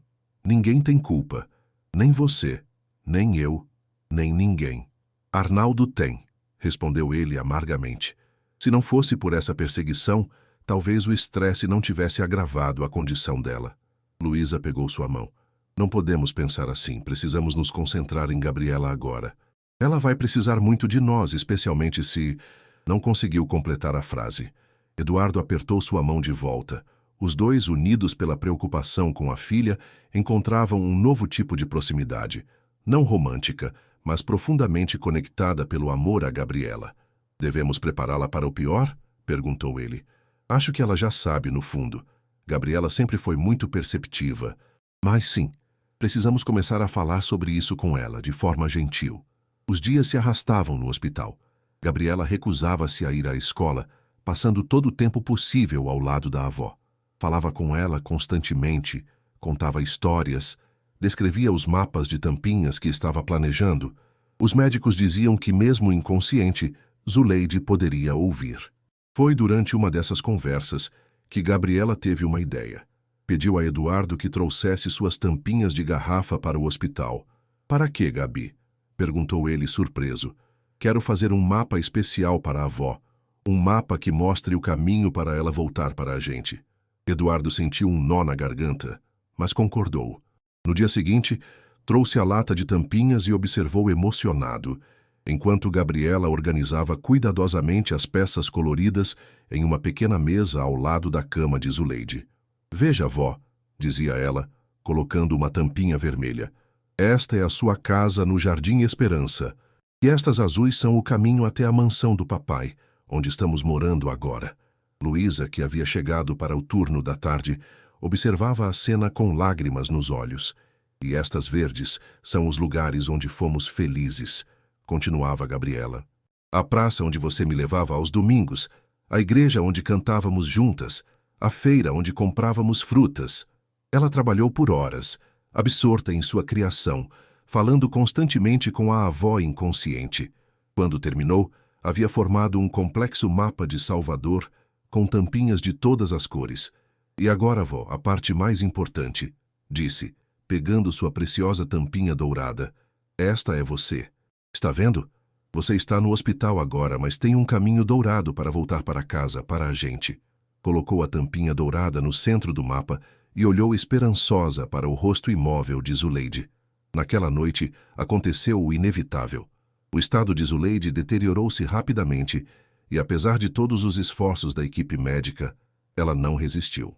Faleceu pacificamente enquanto Gabriela dormia em casa, exausta após dias de vigília. Foi Eduardo quem recebeu a ligação do hospital na madrugada. Sentou-se na beira da cama por longos minutos, sem saber como daria a notícia à filha. Luísa chegou meia hora depois, os olhos já vermelhos de chorar por sua mãe. Juntos decidiram esperar até o amanhecer. Quando os primeiros raios de sol entraram pela janela do quarto de Gabriela, os dois entraram silenciosamente. Sentaram-se um de cada lado da cama e gentilmente acordaram a menina. Gabi, chamou Luísa suavemente, acariciando seu cabelo. Precisamos conversar. Bastou olhar para os rostos dos pais para que Gabriela entendesse. Seus olhos se encheram imediatamente de lágrimas. A avó foi embora, não foi? Perguntou a voz quase inaudível. Eduardo assentiu, incapaz de falar. Gabriela se jogou em seus braços, soluçando descontroladamente. Luísa abraçou as duas, formando um círculo de dor compartilhada. Ela não viu meu mapa, chorou Gabriela. Não mostrei o caminho para ela voltar. Ela viu, meu amor, garantiu Luísa, engolindo as próprias lágrimas. Tenho certeza que viu. E sabe por quê? Porque sua avó sempre viu tudo que você fazia, mesmo quando parecia que não estava prestando atenção. As semanas seguintes foram um borrão de dor e adaptação. O enterro foi simples, mas digno, seguindo os desejos que Zuleide havia expressado a Luísa anos antes. Muitos moradores do Jardim Esperança compareceram, prestando suas homenagens à mulher que havia sido um pilar daquela comunidade por tantos anos. Gabriela permaneceu em silêncio durante toda a cerimônia, segurando firmemente as mãos de Eduardo e Luísa. Seu único pedido foi que pudessem levar suas tampinhas. Antes que o caixão fosse fechado, colocou o mapa que havia feito no hospital ao lado da avó. Para ela não se perder, explicou com simplicidade devastadora. Nos dias que se seguiram, Gabriela retraiu-se. Recusava-se a falar sobre a avó, voltou para a escola, mas mantinha-se isolada dos colegas, comia pouco e passava horas sozinha em seu quarto. Eduardo e Luísa tentavam alcançá-la, mas a menina havia erguido um muro invisível ao seu redor. A virada começou de maneira inesperada, durante uma visita ao Jardim Esperança. Eduardo havia sugerido que fossem buscar alguns pertences pessoais de Zuleide que ainda estavam no barraco. Queria que Gabriela tivesse lembranças tangíveis da avó, fotografias, o lenço favorito, a Bíblia gasta que a idosa lia todas as noites. Enquanto recolhiam os poucos pertences, uma menina de aproximadamente 10 anos apareceu na porta aberta do barraco. "Gabi, é você mesmo?" perguntou timidamente. Gabriela virou-se, um pequeno sorriso surgindo em seu rosto pela primeira vez em semanas. "Aninha!" As duas se abraçaram e logo Aninha estava falando sem parar, atualizando Gabriela sobre tudo o que havia acontecido na comunidade desde sua partida. Eduardo observava a interação, notando como sua filha parecia mais animada e viva na presença da amiga. "Quem é você?" perguntou Aninha finalmente, olhando com curiosidade para Eduardo. "Este é meu pai, Eduardo", respondeu Gabriela, a frase soando natural apesar de tudo. "O da televisão?" perguntou Aninha com olhos arregalados. Gabriela assentiu. "Prazer em conhecê-la, Aninha", disse Eduardo, estendendo a mão formalmente, como faria com qualquer adulto. A menina riu, encantada com o tratamento respeitoso. "Sua casa é muito grande?" Tem piscina mesmo? A Gabi sabe nadar agora? As perguntas simples e diretas de Aninha quebraram a tensão. Logo, outras crianças da vizinhança, avisadas sobre a presença de Gabriela, se aglomeraram em volta do barraco. Em minutos, a menina estava cercada por seus antigos amigos, todos falando ao mesmo tempo, curiosos sobre sua nova vida. Eduardo afastou-se discretamente, dando espaço para a filha reconectar-se com suas raízes. Observava com emoção como ela brilhava naquele ambiente simples, tão diferente da mansão silenciosa onde tinha se retraído nos últimos dias. Uma ideia começou a se formar em sua mente. No caminho de volta para casa, perguntou casualmente: "Você sentiu falta dos seus amigos, não é?" Gabriela assentiu, olhando pela janela para as ruas familiares que deixavam para trás. "Eles não têm medo de falar sobre coisas tristes", respondeu pensativamente. "Na escola nova, quando alguém descobre sobre a avó, fica todo mundo sem jeito, sem saber o que dizer." Eduardo refletiu sobre isso. "Você gostaria de ver seus amigos com mais frequência?" Os olhos de Gabriela se iluminaram. "Posso?" Claro, na verdade estava pensando em algo mais permanente. "Como assim?" Eduardo hesitou, organizando seus pensamentos. "O que você acharia se criássemos um lugar onde você e seus amigos pudessem se encontrar regularmente?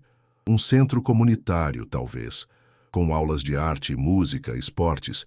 Um lugar seguro para as crianças do Jardim Esperança." Gabriela endireitou-se no assento, subitamente animada. "Tipo uma escola mais divertida?"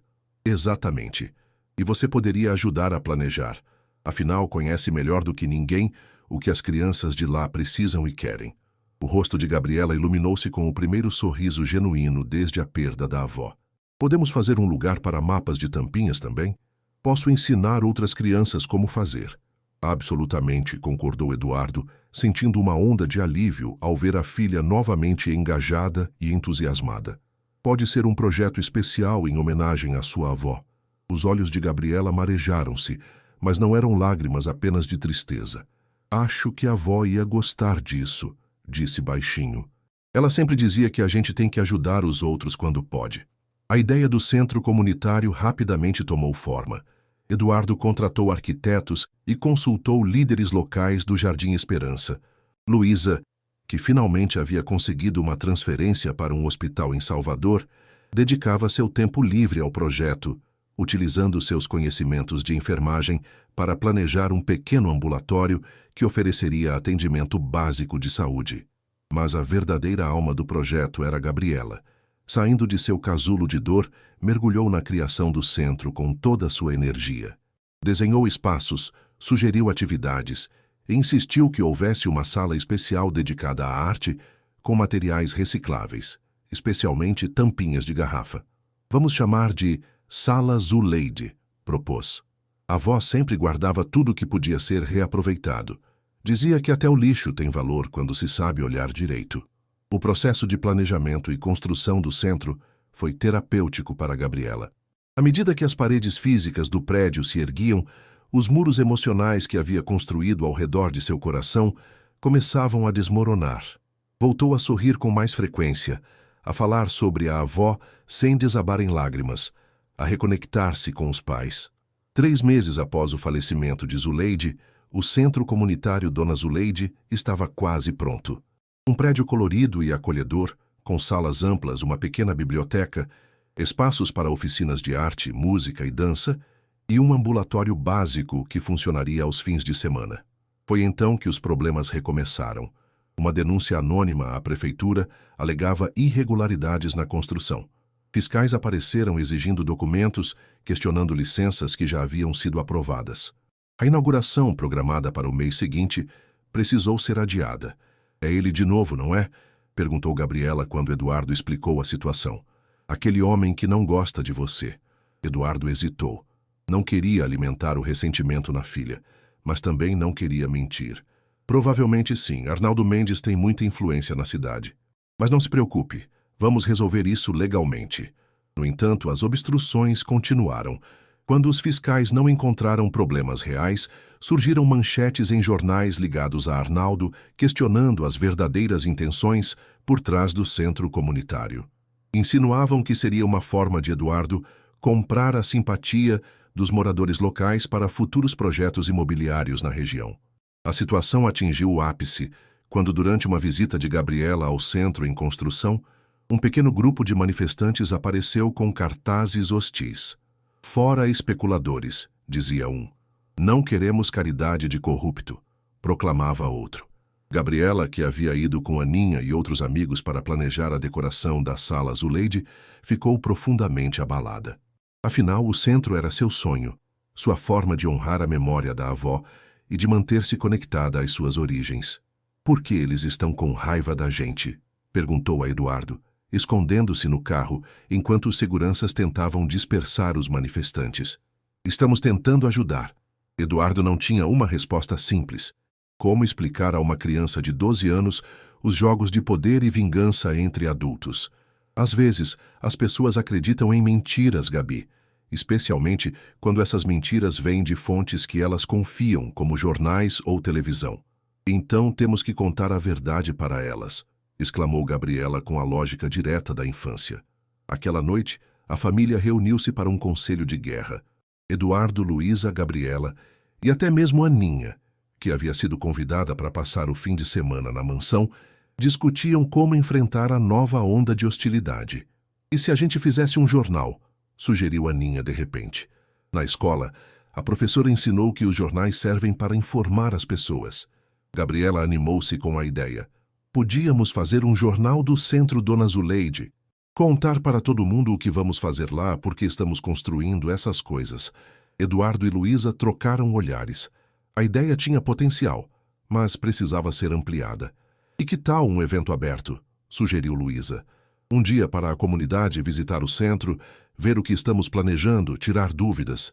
Como uma festa de boas-vindas antes mesmo de abrir", exclamou Gabriela, entusiasmada. Eduardo considerou a proposta. Era arriscado, especialmente com a hostilidade crescente, mas poderia ser exatamente o que precisavam. Transparência, diálogo direto com a comunidade, sem intermediários que pudessem distorcer suas intenções. "Vamos fazer isso", decidiu. "Mas precisamos nos preparar bem. Arnaldo certamente tentará sabotar de alguma forma." Nos dias seguintes, a família inteira trabalhou no projeto. Gabriela e Aninha criaram convites coloridos, decorados com tampinhas de garrafa coladas à mão. Luísa coordenou-se com líderes comunitários, garantindo que o evento fosse visto como uma iniciativa colaborativa, não apenas como caridade de rico. Eduardo tratou da segurança e da logística, garantindo que tudo funcionasse perfeitamente.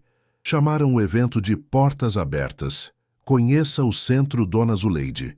Programaram oficinas demonstrativas, apresentações musicais de talentos locais e uma exposição especial de arte com tampinhas organizada por Gabriela e seus amigos. À medida que o dia se aproximava, a tensão crescia. As manchetes hostis continuavam, agora sugerindo que o evento seria uma tentativa de manipulação e questionando a segurança do prédio ainda em finalização.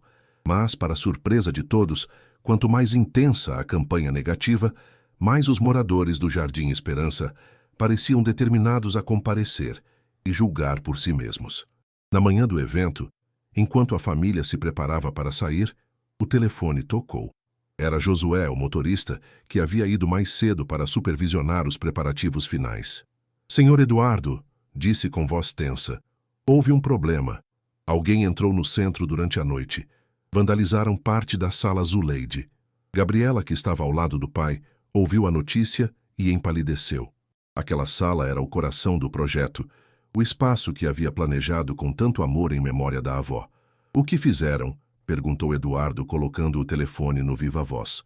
"Arrancaram cartazes, viraram mesas, espalharam tintas no chão e deixaram uma mensagem na parede, ofensiva, mencionando o senhor e..."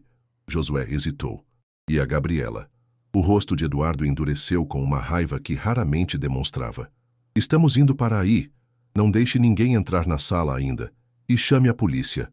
No carro, a caminho do centro, Gabriela permanecia em silêncio, o olhar fixo na janela. Luísa tentava confortá-la, mas a menina parecia perdida em pensamentos. "Podemos cancelar o evento", sugeriu Eduardo. "Ninguém esperaria que seguíssemos em frente depois disso." Para sua surpresa, Gabriela sacudiu a cabeça veementemente.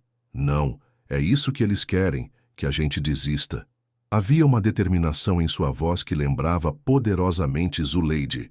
A mesma teimosia, a mesma força interior que havia mantido a idosa lutando contra todas as adversidades da vida.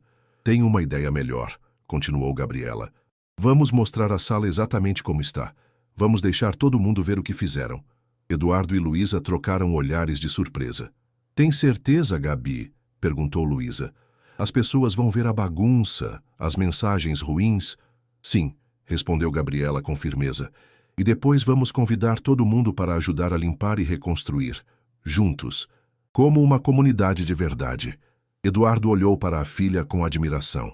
Em seus 12 anos de vida, enfrentando pobreza, abandono, perda e agora perseguição, Gabriela havia desenvolvido uma sabedoria que muitos adultos jamais alcançariam. Sabe de uma coisa? Disse ele sorrindo pela primeira vez naquela manhã tensa. Acho que a vó Zuleide estaria muito orgulhosa de você agora. Os olhos de Gabriela brilharam com lágrimas contidas, mas havia um sorriso em seus lábios. Ela está vendo, respondeu simplesmente. Tenho certeza. Capítulo 7. O caminho das tampinhas. Quando chegaram ao centro Dona Zuleide, uma pequena multidão já se aglomerava nos portões. Moradores do Jardim Esperança, curiosos, algumas equipes de reportagem, parecia que todos queriam testemunhar o evento, especialmente após os rumores sobre o vandalismo terem se espalhado rapidamente. Gabriela desceu do carro com o queixo erguido, ignorando os flashes das câmeras e os repórteres que gritavam perguntas. Ao seu lado, Eduardo e Luísa formavam uma barreira protetora, mas a determinação vinha da própria menina. Bom dia a todos, disse Eduardo, assumindo momentaneamente o papel de porta-voz. Agradecemos a presença de cada um. Sim, houve um incidente durante a noite, mas o evento Portas Abertas acontecerá conforme planejado. Na verdade, minha filha Gabriela tem uma mensagem especial para compartilhar com vocês. Ele deu um passo para o lado, cedendo o microfone improvisado para Gabriela. Houve um momento de silêncio surpreso. Ninguém esperava que a menina, sempre protegida das câmeras até então, decidisse falar publicamente. Oi, começou ela, a voz inicialmente hesitante, mas ganhando força a cada palavra. Meu nome é Gabriela Santos Vasconcelos. Muitos de vocês me conhecem só como a filha do Eduardo, ou a menina dos mapas de tampinhas. Mas eu sou mais que isso. Sou neta de Dona Zuleide, que me criou com todo o amor do mundo aqui no Jardim Esperança. Fez uma pausa, respirando fundo. Esta noite alguém entrou no centro e destruiu a sala especial que criamos em homenagem à minha avó. Acho que queriam nos deixar tristes, com raiva, talvez fazer a gente desistir. Murmúrios de indignação percorreram a multidão. Mas minha avó me ensinou que quando algo se quebra, a gente conserta. Quando algo está sujo, a gente limpa. E quando alguém tenta destruir o que construímos com amor, a gente reconstrói, ainda mais forte. Olhares de admiração se voltaram para a menina. Sua eloquência simples, direta, vinda do coração, tocava a todos de uma maneira que discursos elaborados jamais conseguiriam. Então hoje, quero convidar todos vocês não só para conhecer o centro, mas para me ajudar a reconstruir a Sala Zuleide. Vamos transformar um ato de ódio em uma demonstração de amor comunitário. Porque é isso que minha avó fazia. Transformava coisas quebradas em coisas bonitas, problemas em soluções, tristeza em esperança. Houve aplausos espontâneos. Eduardo e Luísa observavam, emocionados, enquanto Gabriela, sem qualquer treinamento em oratória, conquistava a audiência com sua sinceridade. E para quem está espalhando mentiras sobre nós, continuou ela, sua voz agora mais firme, quero dizer uma coisa. Vocês podem tentar nos derrubar, mas vão precisar de muito mais que tinta e palavras feias numa parede. Porque eu sou neta de Dona Zuleide, filha de Luísa e Eduardo, e tenho o Jardim Esperança no meu coração. E juntos somos mais fortes que qualquer maldade. A ovação que se seguiu foi estrondosa. Pessoas que momentos antes olhavam com desconfiança, agora aplaudiam entusiasticamente. Gabriela havia conseguido o que nenhum assessor de imprensa ou estrategista político poderia, transformar a narrativa completamente em poucos minutos de fala genuína. As portas do centro foram abertas, e a multidão entrou ordeiramente. Conforme Gabriela havia sugerido, A sala Zuleide foi deixada exatamente como havia sido encontrada. Mesas viradas, materiais espalhados, as paredes pichadas com mensagens ofensivas sobre Eduardo e insinuações cruéis sobre Gabriela e sua família. Mas em vez de horror ou repulsa, a visão do vandalismo provocou uma onda de indignação solidária. Espontaneamente, pessoas começaram a ajudar a limpar. Uma senhora idosa trouxe panos e produtos de limpeza de sua casa próxima. Um grupo de adolescentes organizou-se para repintar as paredes. Crianças juntavam as tampinhas de garrafa espalhadas pelo chão, devolvendo-as a Gabriela, que as recebia com um sorriso agradecido. O que deveria ser apenas uma visita informativa transformou-se em um mutirão comunitário. Em poucas horas, a sala Zuleide estava não apenas restaurada, mas melhorada. Moradores trouxeram objetos pessoais para doar, mais tampinhas coloridas, retalhos de tecido, materiais recicláveis que poderiam ser usados nas oficinas de arte. Uma das equipes de reportagem presentes, de um canal não associado a Arnaldo Mendes, transmitia tudo ao vivo. As imagens da destruição, seguidas pela mobilização espontânea da comunidade, contavam uma história poderosa que nenhuma campanha difamatória poderia combater. No meio da tarde, quando a sala Zuleide já estava irreconhecível, Gabriela reuniu todos em um círculo. Queria mostrar algo especial para vocês, disse, abrindo uma caixa que havia trazido de casa. De dentro, retirou cuidadosamente o mapa de tampinhas que havia feito para a avó no hospital. Este foi o último mapa que fiz para minha avó. Era para mostrar o caminho de volta para casa. A sala silenciou-se, todos atentos à explicação da menina. Cada cor tem um significado, continuou ela, mostrando as diferentes tampinhas. As vermelhas são lugares perigosos a evitar. As azuis são caminhos seguros. As verdes são pessoas boas que podem ajudar. E as douradas... Ela hesitou, segurando uma tampinha dourada especial. As douradas são lugares especiais, onde encontramos amor e família. Olhou ao redor, para os rostos atentos. Quero que este centro seja um lugar dourado para todas as crianças do Jardim Esperança. Um lugar onde possam sonhar, criar, aprender. Como eu fazia com minhas tampinhas. Uma ideia começou a se formar entre os presentes. Alguém sugeriu que criassem juntos um grande mapa na parede principal da sala. Um mapa feito por toda a comunidade, onde cada pessoa poderia adicionar sua própria tampinha. Um mapa da nossa comunidade, exclamou Aninha entusiasmada. Com todos os lugares importantes para a gente. A ideia foi adotada com entusiasmo. Uma estrutura de madeira foi rapidamente improvisada na parede, criando uma base onde as tampinhas poderiam ser fixadas. Gabriela assumiu naturalmente o papel de coordenadora, explicando seu sistema de cores e ajudando as pessoas a escolherem onde colocar suas contribuições. Eduardo observava à distância, ao lado de Luísa, maravilhado com a transformação. Não apenas da sala, mas de sua filha. A menina tímida que vendia doces nas ruas havia se tornado uma líder natural, capaz de unir pessoas em torno de um propósito comum. Ela é incrível, comentou Luísa com orgulho evidente na voz. Sim, concordou Eduardo, e pensar que eu quase perdi tudo isso. Todos esses anos. Não olhe para trás, aconselhou Luísa colocando a mão em seu braço. Olhe para frente, para o que estamos construindo agora. Um pequeno tumulto na entrada do centro interrompeu a conversa. Josué aproximou-se rapidamente.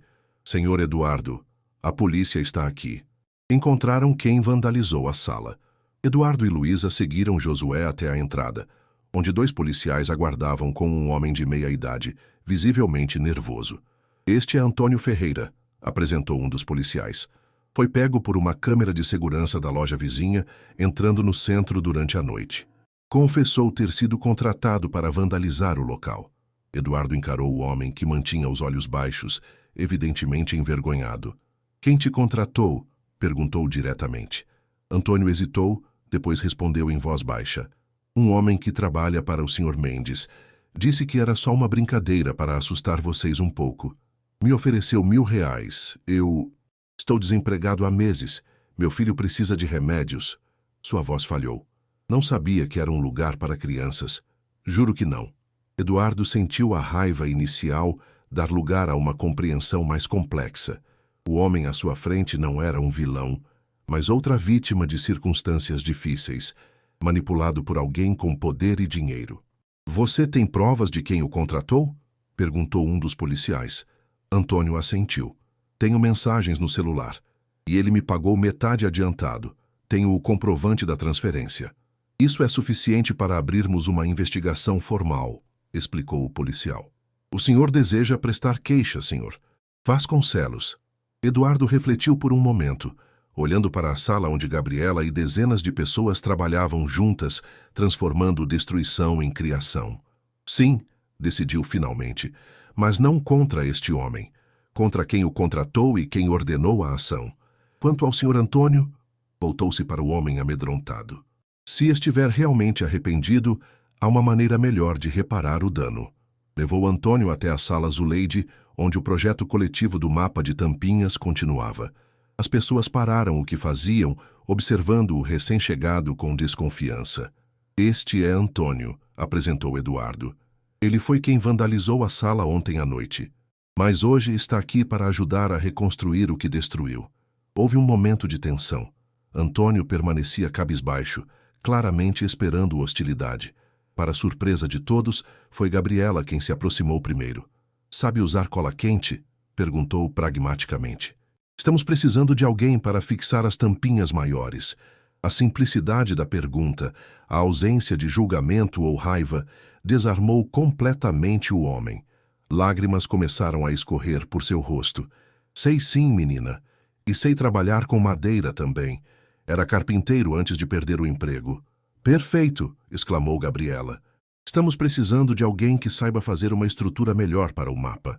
Esta que improvisamos não vai aguentar todas as tampinhas que queremos colocar.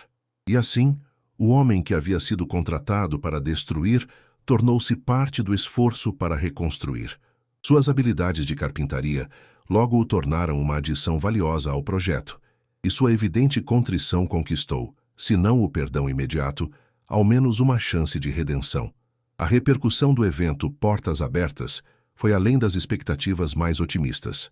As imagens da destruição transformada em criação coletiva, da comunidade unindo-se em torno de um projeto positivo e especialmente da eloquência simples de Gabriela, correram as redes sociais e os noticiários. O efeito foi devastador para a campanha difamatória de Arnaldo Mendes. Quando as evidências da sabotagem contratada vieram à tona, através da confissão formal de Antônio à polícia, a opinião pública virou-se completamente contra o empresário. Outros veículos de comunicação, que antes evitavam contradizer o poderoso conglomerado de mídia, agora publicavam reportagens investigativas sobre os métodos questionáveis de Arnaldo. Uma semana após o evento, a inauguração oficial do Centro Dona Zuleide aconteceu sem mais incidentes. Centenas de pessoas compareceram, incluindo autoridades municipais, que antes haviam mantido distância devido à controvérsia. O grande mapa comunitário de Tampinhas estava concluído. Uma colorida representação do Jardim Esperança e arredores, com cada ponto significativo marcado por uma tampinha especial.